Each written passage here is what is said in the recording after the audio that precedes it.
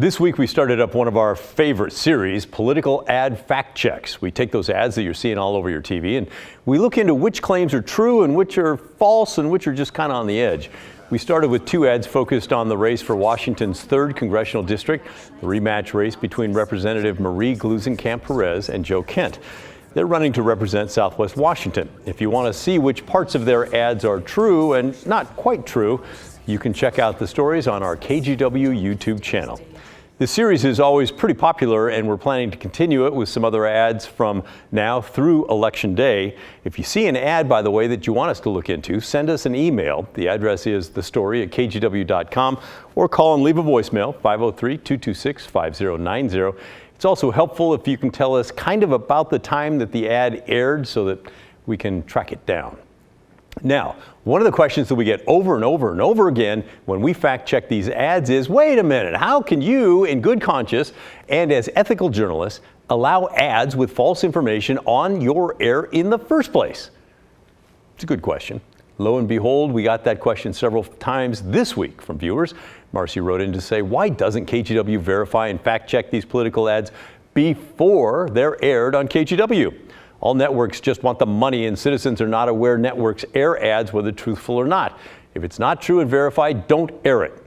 Well, we appreciate you asking, and I agree, it is confusing. Here's the details, though. As journalists, we cannot air information on our news that we know to be false. That's great.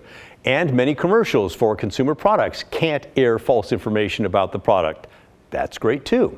So why can political candidates do it? It comes down to our federal communications license. That's the license that KGW has from the government to actually broadcast our TV signal. FCC laws prohibit TV stations from refusing or censoring political ads from any legally qualified candidate. So that's tough. It's a First Amendment issue, they say. It's as says Dr. William Lee also. He's a journalism professor at the University of Georgia, because political speech is entitled to the greatest First Amendment protection. Any effort to regulate political advertising would run up against a very strong First Amendment tradition where the Supreme Court simply believes that debate on public issues and public people should be uninhibited, robust, and wide open. In fact, the law lets politicians say almost anything they want in a commercial. Their ads are regulated by the FCC, which applies just two rules. One is that all the candidates have to have the same opportunity to buy commercial time on the TV stations. And then number two, there's a prohibition on censorship, meaning candidates can say pretty much whatever they want.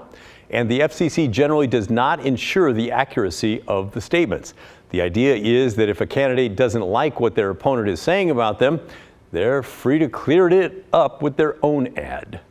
A false factual statement could be subject to defamation. But again, the Supreme Court basically believes that the remedy for false statements in political speech is more speech. Okay, only in rare circumstances can a TV station deny an ad from any candidate based on its contents. We have to give every candidate the same opportunity to buy ad time, and what they want to use that ad time for, pretty much up to them. And because they cannot be censored, there's not much of anything that we can do about it. Now, the candidates can duke it out amongst themselves in the legal system if they really are offended about what the other person said about them. And you know what? We're actually seeing that play out in court in Oregon right now. 2 years ago, Andrea Salinas' campaign ran an ad claiming that her opponent for Oregon's 6th Congressional District, Mike Erickson, was charged with drug possession.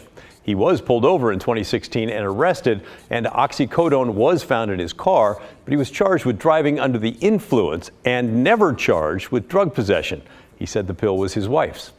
Erickson sued Salinas, who ended up winning that race, by the way, and now 2 years later, that lawsuit is still in the Court of Appeals, and the two are running a rematch election. So that's a big reason that we use our time here on The Story to fact check these ads for you, because legally, the station cannot refuse to air them.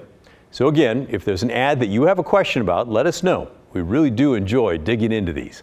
Here's the email address again, thestory@kgw.com, or call and leave a voicemail, 503-226-5090.